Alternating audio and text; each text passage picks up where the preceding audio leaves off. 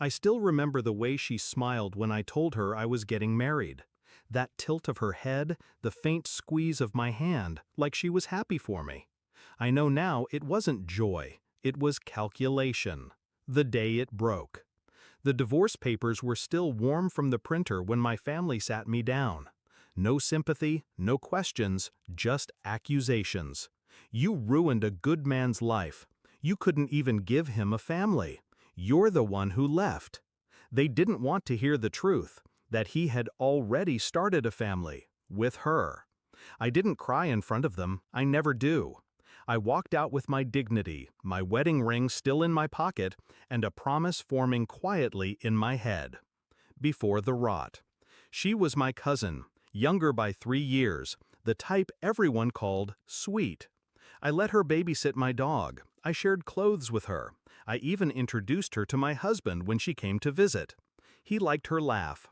I thought nothing of it. He was mine. She was family. The cracks.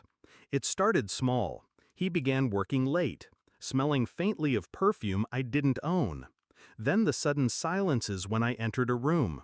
The flick of her eyes when we saw each other at family gatherings. My gut whispered, but I silenced it. I didn't want to be that wife, the paranoid one. The proof. The proof came wrapped in a careless mistake. His phone left on the counter. A text preview lighting the screen. She's kicking again. Wish you were here. The name above it wasn't saved as hers. It was S. But I knew the way she typed. No punctuation, just breathless updates. She was 6 months pregnant. The break. I didn't scream. I didn't demand answers. I looked at him over dinner that night and thought, you'll hang yourself without me lifting a finger. The next week, I filed for divorce. Clean. No shouting match, no public scene. He got the story he wanted, that I'd given up on the marriage. She moved in with him before the ink dried. My family rallied around them, and I disappeared. 3 years of silence. In silence, you can build empires. I took extra shifts, sold the house I'd gotten in the divorce and invested smart. Learned the property market like it was a second language. I bought cheap, fixed up, sold high. Every month I checked one thing, their address. They never bought, always rented, always just scraping by. The market in our town was tightening. Landlords were selling to cash in. I waited. The opening. One morning a listing popped up. Their house. 3 bedrooms, peeling paint, bad plumbing. I knew it well. I'd been inside, back when it was ours. The asking price was low. Too low. The owner was desperate to sell. I didn't hesitate. Cash offer. No contingencies. Closed in 3 weeks. The keys. The day the papers were signed, I drove there before the ink dried. The key turned in the lock with a sound that made my chest tighten. Not with grief, but with something darker. Their car was in the driveway, her stroller by the porch. I stood in my doorway, listening to the faint hum of their TV, and let myself savor the weight of the moment. The knock.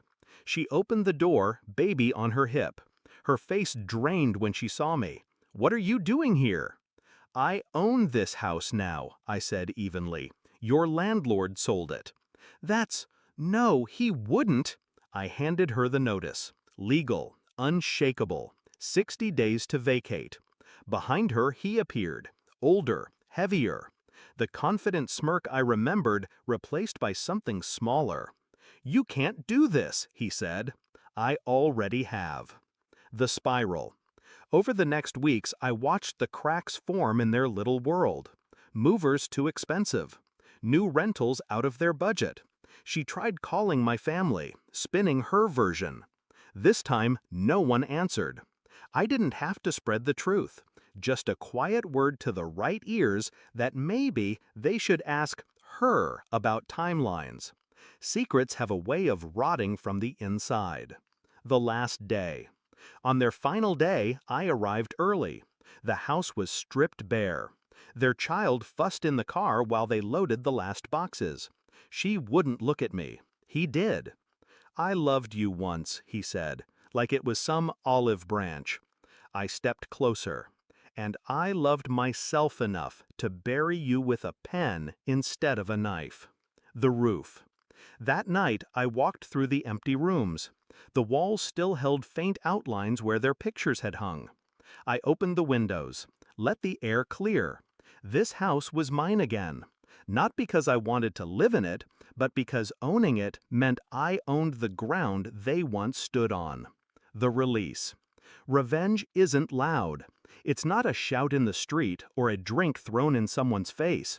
It's the quiet turning of a key, the signature on a deed, the moment you realize they have to leave, and you don't. I didn't ruin their lives.